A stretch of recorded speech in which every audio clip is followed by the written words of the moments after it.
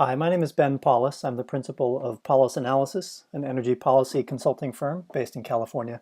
This is a presentation I gave to the National Association of Regulatory Utility Commissioners, NARUC, at their annual meeting in San Francisco in November of 2014.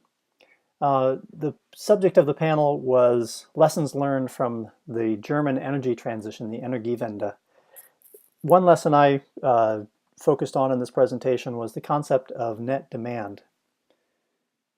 I've been working on a project called the Power Markets Project, where we're looking at the effect of renewable energy, wind and solar especially, on electricity markets in Germany and the US, and also vice versa, the effect of energy markets on the growth of wind and solar power. In this presentation, I'm talking about net demand. In Germany and all around the world, power operators look at the concept of gross demand. The top red line here in this chart that shows the amount of power that grid operators need to fulfill at every second of every day. But with the growth of wind and solar power, because they are driven by weather and not by market forces and the forces of supply and demand, they're an outside variable that grid operators need to compensate for. So Germany, as we see, is getting substantial amounts of solar and wind power. This is a week of real data from August of 2014. A fair amount of wind and solar development that week, culminating on that Sunday, a pleasant, sunny, and windy afternoon in Germany on August 17th, where renewables, wind, solar, biomass, and water supplied 79% of power demand for a couple of hours during the day. Now, if you were the grid operator trying to meet demand with that red line, gross demand, what you have to do is very different if wind and solar are meeting a significant portion of demand. And that's what we call net demand. Now, running a system to meet net demand has large implications for operations as well as the financial issues around running the grid. For example, the peak period of demand, if you look at gross demand in Germany for that week, was about 74, 73 gigawatts. And the minimum demand, or the base demand, was about 35, 40 gigawatts.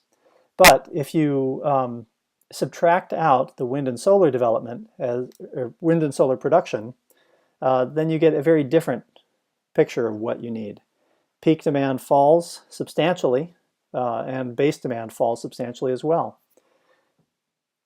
Solar is highly coincidental with peak demand in Germany in the summertime. So there are very few peaks that are not met by solar. Because peak is much lower, this has big implications for the financial picture for German generators. Most power prices tend to rise during peak periods and fall in off-peak, according to supply and demand. Generators tend to make most of their money during the peak periods. They make much less money on off-peak period because demand is lower and prices are lower. On peak periods, demand is high and prices are high, so they're highly valuable to generators. With so much solar on the system, that has cut off these peak periods, taking a lot of revenues away from traditional generating companies. And it's one of the contributing factors to the financial problems that those generation companies are facing now. Now let's turn to California, because this phenomenon of net and gross demand is not unique to Germany.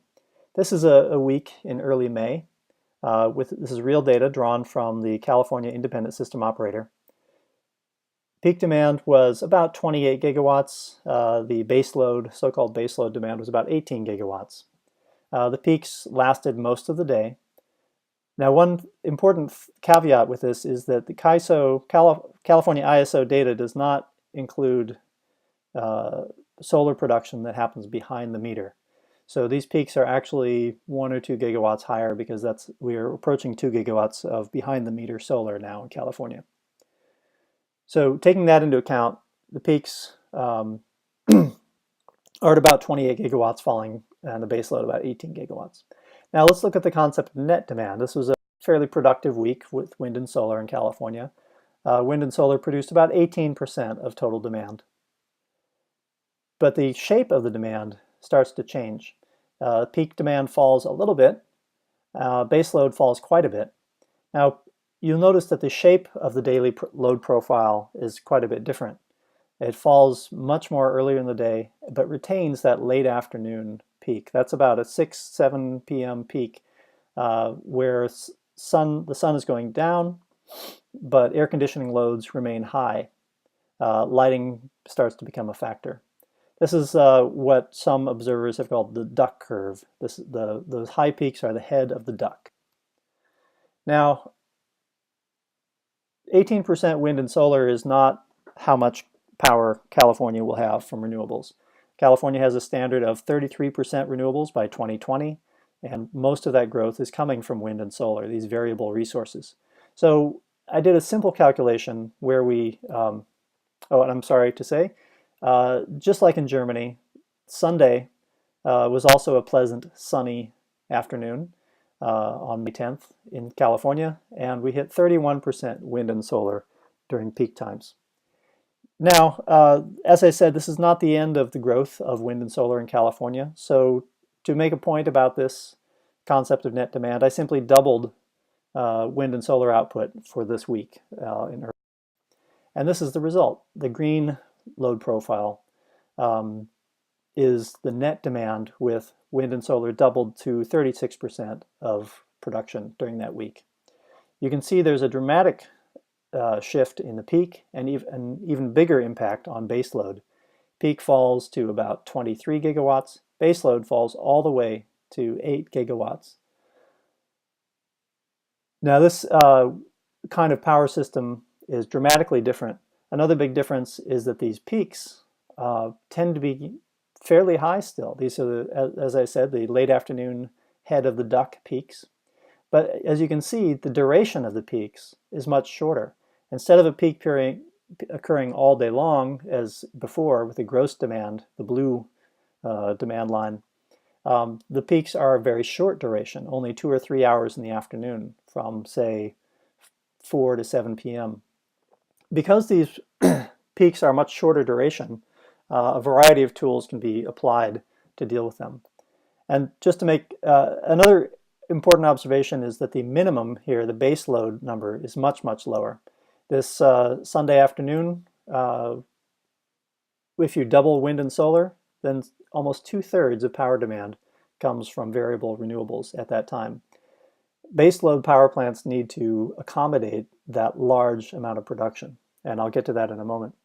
Now, of course, even here in California, that's not the end of the line. We're heading for a world with much greater levels of renewable energy, and a vision can be gotten from Denmark in 2007.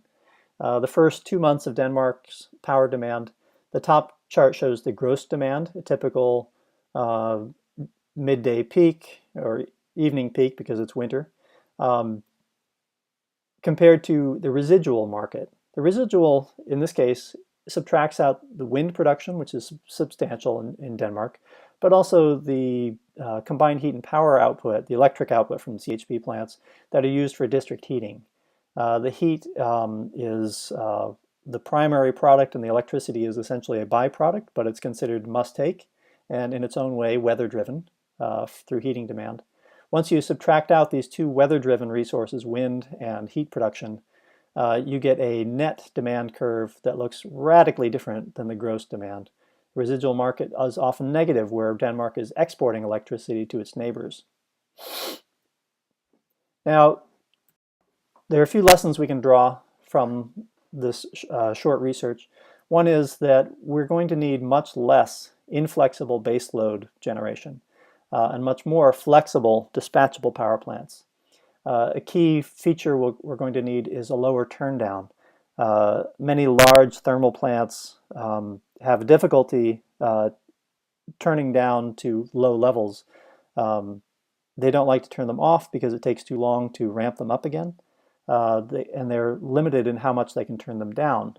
The conflict comes when you have weather-driven outputs like wind and solar that produce so much power that they conflict with the minimum turndown of these large thermal plants, and you get too much generation. When there's too much generation in power markets that reveal those prices, prices can go negative in pretty substantial ways. Negative prices are good for consumers, but they make it difficult to pay the bills at a power plant. Another important lesson is that there is less traffic in the mountains, so to speak.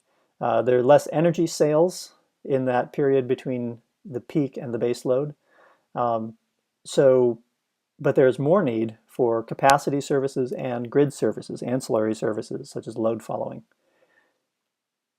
That means that the financial picture for generators needs to change. The way they get paid needs to change from being solely based on energy and more based on the services they provide, the flexibility services they provide to the grid. A third lesson is that these thinner afternoon peaks in California make a variety of tools more viable.